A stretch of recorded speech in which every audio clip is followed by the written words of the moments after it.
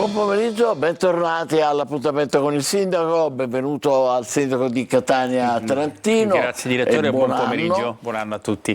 Caro sindaco, diciamo che l'anno è cominciato con la visita del presidente Mattarella a Militello Val di Catania, una visita molto importante, no? Anche per le zone del centro, forse quelle più trascurate, meno... Beh, non più trascurate, è stato un gesto di grande attenzione e sensibilità istituzionale, perché le aree interne stanno cominciando ad avere qualche problema di progressivo inaridimento, di svuotamento da parte soprattutto dei più giovani, e questo certamente sta diventando una criticità importante. Consideriamo che Militello nel giro di 10 anni ha perso circa 5.000 residenti, quindi è un numero assolutamente rilevante, quasi un terzo della popolazione è andata via, e non è un problema di Militello, è un problema di tutti quanti i paesi del nostro entroterra, che evidentemente sono attraversati da quest'ondata di desiderio di novità, che spingono i giovani verso fuori, e da forse un'insufficienza di opportunità all'interno di quelle aree. Quindi è un gesto di sensibilità assolutamente, notevole, assolutamente sì, devo dire che è stato bravo anche Giovanni Burtone nel riuscire appunto a richiamare l'attenzione del Presidente della Repubblica, e la sua presenza è sempre un'occasione per coinvolgere non solo la cittadinanza, ma per far sentire tutti più uniti, tutti insieme, tutti parte di qualcosa. Invece a Catania l'anno nuovo si è aperto con un grande successo dal punto di vista anche dell'immagine, dal punto di vista turistico, della qualità musicale, con il concerto in Piazza Duomo. Non per farle i conti in tasca, non a lei, ma insomma uno studio ha calcolato che per ogni euro di investimenti ne rientrano 2,50, quindi anche da questo punto di vista conviene, è un bilancio realistico. Assolutamente sì, il professore Faraci, che studia la materia alla facoltà di economia, ha calcolato per adesso a livello statistico, e dopo una prima proiezione, in 2,50 euro il ritorno in valore aggiunto per ogni euro speso. Consideriamo già che gran parte dei soldi che sono stati destinati dalla regione siciliana a Mediaset erano stati restituiti al territorio con pernottamenti alberghieri, con cene nei ristoranti, e con tutto un indotto che improvvisamente si è riversato nella città. Peraltro l'ha fatta da padrone in tutto il territorio nazionale la nostra meravigliosa Catania, che ha dato un'immagine di sé straordinaria. La bellezza del Duomo, di tutta quanta quella piazza, quella folla festante che volutamente abbiamo definito coinvolta e coinvolgente, ha dato poi l'ulteriore pillola di valore rispetto a un intero concerto, che io non vado adesso chiaramente a delineare o a discutere o a valutare il valore artistico, ma certamente ha dato tanto entusiasmo a tutti quanti i presenti, ed è un qualcosa che ha fatto parlare benissimo di Catania in tutta Italia. Quindi grande significato musicale, ma anche spettacolare, ma anche un significato economico. E l'anno che è appena cominciato potrebbe rappresentare una svolta al sindaco per Corso Sicilia, finalmente, è vero? Cioè ci dovrebbe essere questo famoso restyling di cui periodicamente parliamo, ci lamentiamo, eccetera. Adesso a che punto sono i progetti e le cose da realizzare in Piazza Turiferro, in Piazza della Repubblica, lo stesso Corso della Sicilia? Sicilia, scusa. Questa mattina abbiamo consegnato proprio il Corso Sicilia alla ditta che eseguirà i lavori, che realizzerà i lavori del piano urbano integrato. Nel momento in cui noi pianificammo i piani urbani integrati, immaginammo due aree di intervento, San Berillo Vecchio e il Librino. Per quanto riguarda San Berillo Vecchio, gli interventi che sono già in parte iniziati e altri che stanno per partire riguarderanno Piazza Turiferro, come diceva lei, Piazza della Repubblica, Corso Sicilia, via Turiferro, via delle Finanze, via Pistone, via Buda, via Carlo, insomma tutto un complesso che secondo la nostra visione ha il senso, il valore aggiunto di determinare quel inizio di investimenti dei proprietari dei singoli cespiti immobiliari ristrutturare e quindi a riqualificare l'intera area, perché quella è una zona fortemente degradata in cui in passato si sono anche annidate sacche di criminalità, di irregolarità. Tuttora noi in Corso Sicilia abbiamo il problema dei senza fissa dimora che albergano sotto i portici e su cui stiamo proprio questa mattina ho chiesto di convocare una riunione con le associazioni per individuare un ulteriore slancio da parte di tutti, perché da soli noi non ce la possiamo fare, anche perché ricordiamolo, se non c'è la libera volontà di costoro, di coloro i quali occupano queste aree ad andarsene, noi non li possiamo fare andare via. Ce l'aveva ricordato anche altre volte. Quindi la nostra speranza è però che attraverso quest'opera di riqualificazione di nuovo si torni a investire nelle botteghe commerciali in Corso Sicilia. È chiaro che a quel punto sarà inevitabile lo svuotamento dell'area da parte di chi invece la occupa, proprio perché non ci sono negozi aperti la sera, perché è un'area un po' abbandonata. Quindi diciamo che proprio è un valore che noi vogliamo dare, una visione nuova urbanistica di città rispetto a un polmone vitale che spero presto possa vederci anche discutere di qualcosa di più concreto per Corso Martiri della Libertà, perché ci sono delle novità che stanno emergendo che riguardano però sempre la parte privata e non la parte pubblica, perché noi ascoltiamo i nuovi proprietari delle aree che stanno cominciando a parlare di un progetto. Abbiamo chiesto di trasformarlo in piano industriale, che vorremmo ci fosse sottoposto il prima possibile, perché chissà che non c'è la volta buona, ma come ho sempre detto non voglio limitarmi agli annunci, fino a quando non c'è qualcosa di concreto, non dire gatto se non ce l'hai nel sacco. Va bene, va benissimo, saremo con gli occhi aperti su Corso Martiri della Libertà. Adesso però andiamo a fare un salto in via Calliope, perché spesso abbiamo documentato scene di degrado, però stavolta invece vi vogliamo mostrare, ecco, l'avete visto? Questo è, come si dice, uno di noi che butta ogni tipo di rifiuti. Vedete, ci sono gomme, poi ovviamente le immagini non sono chiarissime perché lo abbiamo dovuto mettere il mascherino, è ovvio. Ma vedete un po' che cosa fa. Questo è via Calliope e questo è.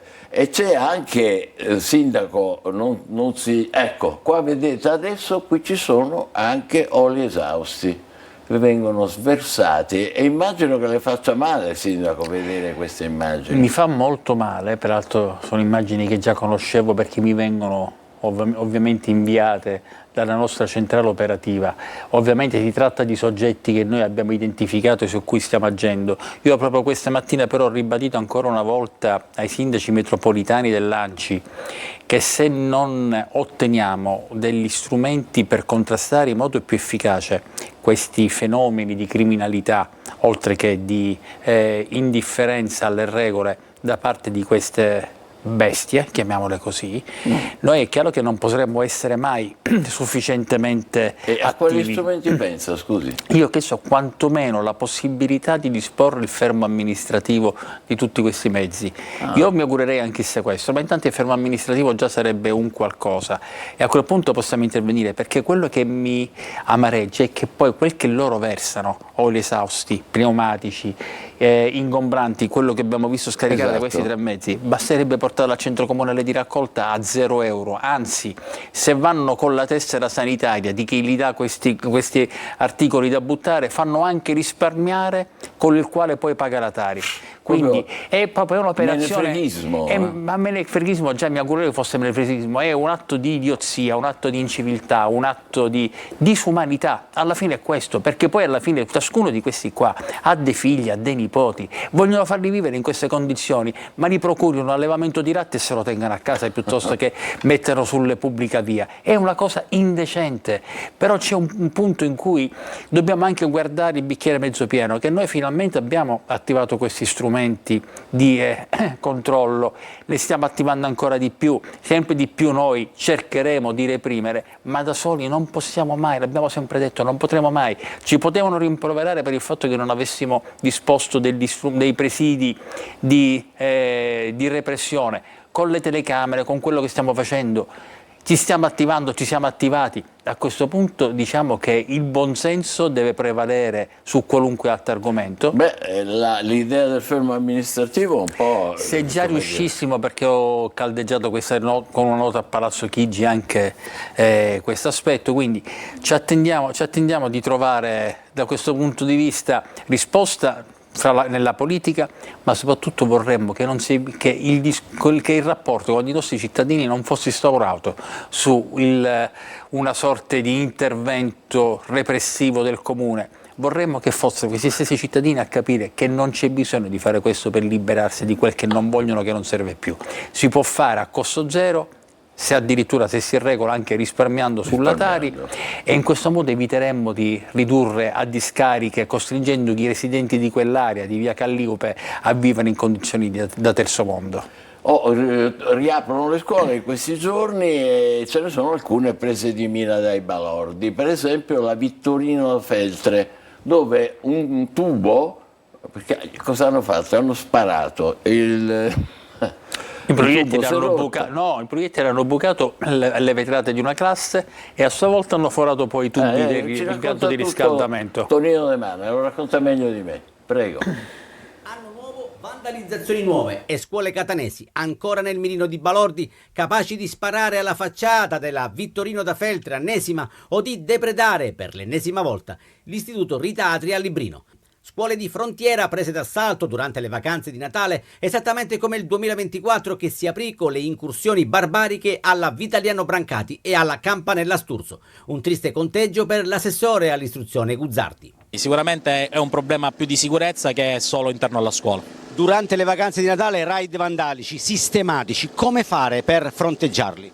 Le scuole con i dirigenti scolastici e il personale stanno facendo un ottimo lavoro e noi come amministrazione stiamo supportando, perché questa è una questione culturale e sociale, quindi in queste scuole vi è bisogno sempre più dell'amministrazione, sempre più delle scuole presenti tutto il giorno e non solo durante le ore scolastiche, ma la scuola deve essere un centro di aggregazione naturale di tutto il quartiere. Nel dettaglio, in via Francesco Durante, ennesima ignoti per salutare il Capodanno hanno pensato bene di sparare diversi colpi d'arma da fuoco contro la parete della scuola. Un proiettile ha perforato muro e termosifone, allagando l'istituto. Sulla vicenda indaga la polizia. A Librino, invece, il generatore che vedete, pur tra mille difficoltà, sta garantendo l'illuminazione alla Rita Atria, luce che va e che viene, ma che comunque rende possibile l'attività didattica. Ci rendiamo conto che c'è qui malavita organizzata, mafie di alto livello, non c'entrano niente, cioè questo è un discorso legato a bandicciuole di ragazzetti chiaramente insomma tossicodipendenti che capiscono molto poco. Nonostante il raid vandalico voi non demordete, 8 gennaio scuole riaperte col generatore, ma scuola riaperta. Assolutamente sì, siamo stati nelle condizioni di non privare del diritto allo studio i ragazzini che oggi hanno ricominciato. Rubati 4 climatizzatori e smontata parte della ringhiera in ferro dai soliti predatori di metalli che, almeno loro, non vanno mai in vacanza. Sindaco. Cominciamo con quel che non mi piace. Quel che non mi piace è il fatto che ci possano essere atti del genere. Poi è chiaro, non è che io mi illudessi che improvvisamente la nostra città diventava la città del sole o la Repubblica di Bengodi. È naturale che questi fenomeni di predazione sono sempre esistiti e purtroppo esisteranno in una città in cui ci sono persone che hanno deciso di vivere nell'illegalità piuttosto che dedicandosi a un lavoro, e quindi questo è quello che io mi auguro possa essere presto sconfitto, ma che non è facile. Guardo però l'altro lato, la fortuna di poter contare su collaboratori straordinari, sia l'assessore Guzzardi, sia soprattutto dirigenti scolastici e tutto il personale scolastico che veramente sono in prima linea. La preside Tumminia da questo punto di vista fa un lavoro straordinario in più scuole, in più plessi della Rita Atria, dislocati su tutto il territorio dell'area sud. Grazie a lei riusciamo a garantire il diritto allo studio di tanti ragazzini, sottraendoli a quella dispersione scolastica che poi diventa il passaggio inevitabile per l'arruolamento in quelle bande criminali in cui poi vanno a trovarsi coloro i quali depredano la scuola dei condizionatori o dei fili di rame. Parliamo del Camposanto di via Aquisella senza acqua da oltre un mese e si aspetta la consegna di una pompa sommersa. Vediamo di che si tratta con Tonino De Mano.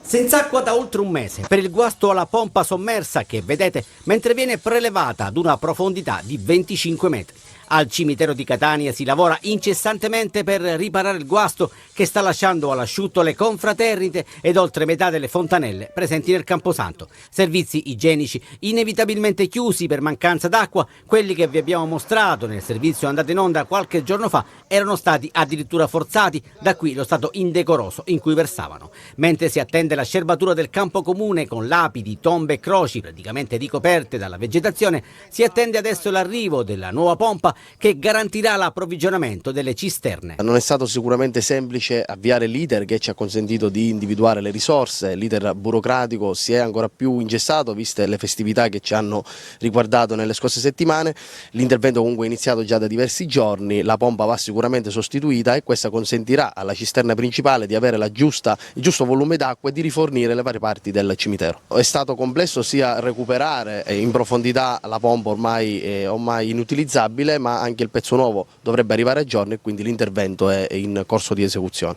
Non resta che attendere, tenendo conto che la conclusione dei lavori e quindi il ritorno alla normalità dipenderà dai tempi di consegna della nuova pompa sommersa. Più o meno possiamo prevedere i tempi? No, non ho idea, però c'è l'assessore Petralia che da questo punto di vista anche egli è attivissimo. Noi sostanzialmente non abbiamo avuto giorni di festa perché tutti quanti H24 eravamo impegnati a fronteggiare le emergenze che già immaginavamo sarebbero nate.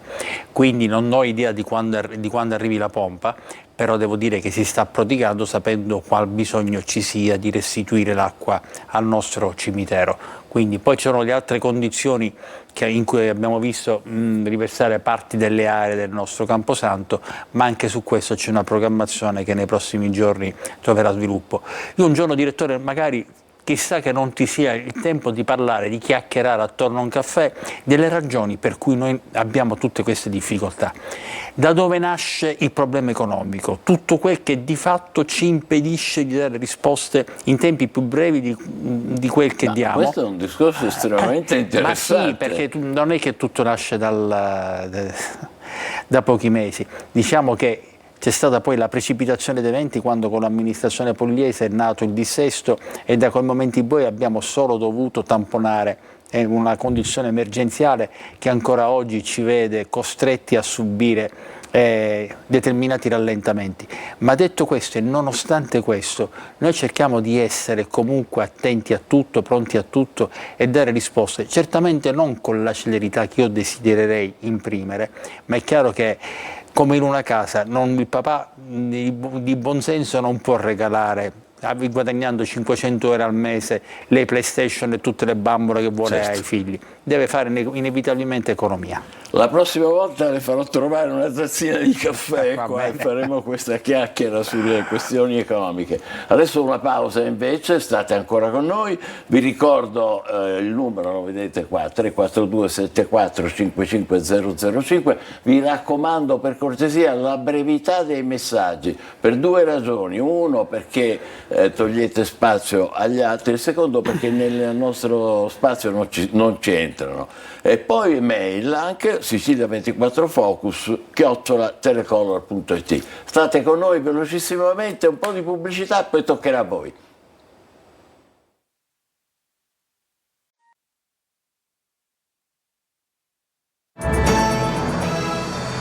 Bentornati all'appuntamento con il sindaco di Catania Trantino, è il momento dei vostri messaggi. Oggi abbiamo fatto un po' tardi, abbiamo chiesto un sacco di cose al sindaco di Catania, era la prima puntata del 2025.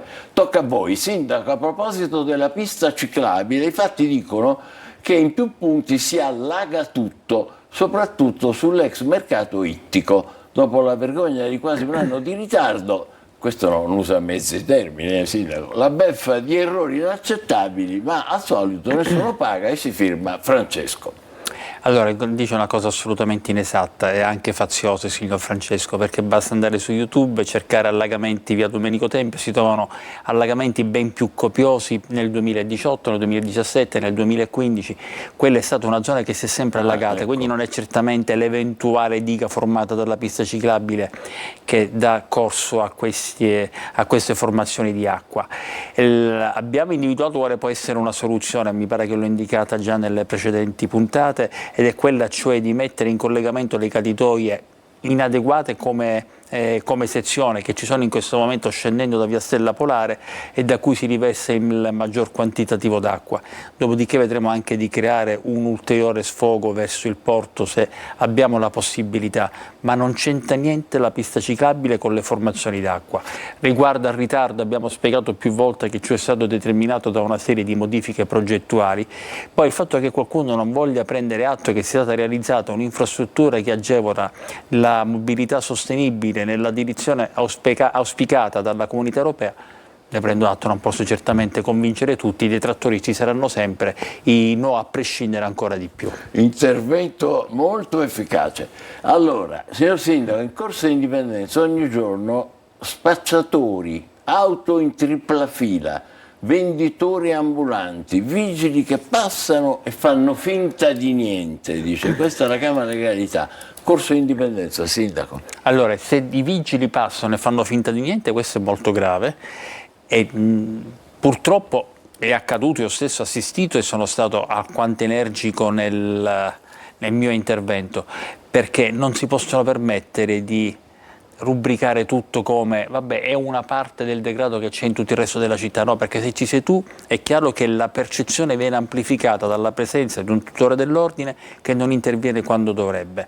Noi adesso oggi mi è stato detto che dovremmo mettere in servizio il giorno 27 i primi 100 nuovi vigili, e questo è una bella notizia. Dopodiché nel frattempo abbiamo il nuovo contratto con MTS, adesso partiamo con le ganasce. Ieri in città metropolitana ho dato il via per la firma di un contratto con MTS per aumentare il numero di corse di collegamento fra Catania e l'Interland, in modo da non dare alibi a nessuno, perché a quel punto, laddove le forze numeriche ce lo consentiranno, saremo inflessibili nelle contravvenzioni. Per aumentare le corse degli autobus, o addirittura introdurre le corse degli autobus per connettere Catania ai centri che già sono connessi ma con corse ogni ora. Noi vorremmo aumentare queste corse e connettere gli altri centri che non sono connessi. E ci sono queste condizioni adesso? Sì, assolutamente sì. No, ancora no. Abbiamo chiesto ieri al presidente di MTS di fornirmi uno schema di progetto su cui poi noi finanziare l'intervento. Beh, perché questo è molto importante capire il traffico. Perché... Assolutamente. Allora l'azione della mobilità, l'azione del traffico e quindi una inflessibilità da parte del Comune che interverrà duramente con le ganacce in tutte le macchine sui marciapiedi, con contravvenzioni ai tanti posteggiati in doppia fila. Su tutto questo noi certamente nel 2025 daremo una svolta, non dico gennaio-febbraio, ma nel 2025 daremo una svolta e diventeremo potenziando, però mi scusi, se potenziando ecco, i vigili urbani, ma nello stesso tempo anche potendo contare sull'unità di personale dell'azienda municipale trasporti Sostale, perché anche loro potranno contravvenzionare. Perfetto. Abbiamo anche dotato i nostri vigili urbani finalmente, dopo decenni, dei palmari, dei tablet, in modo che possano contravvenzionare fotografando e non più scrivendo quel verbale che ogni volta ci faceva perdere un sacco di tempo. Ultima domanda, mi chiedevo se dopo l'ennesimo incidente mortale al viale Mario Rapisarria, purtroppo qualche mese fa, non sia opportuno installare degli autovelox o semafori intelligenti. Grazie, buon lavoro. Ma mi pare ci siano già, no? Sì, no, in via Mario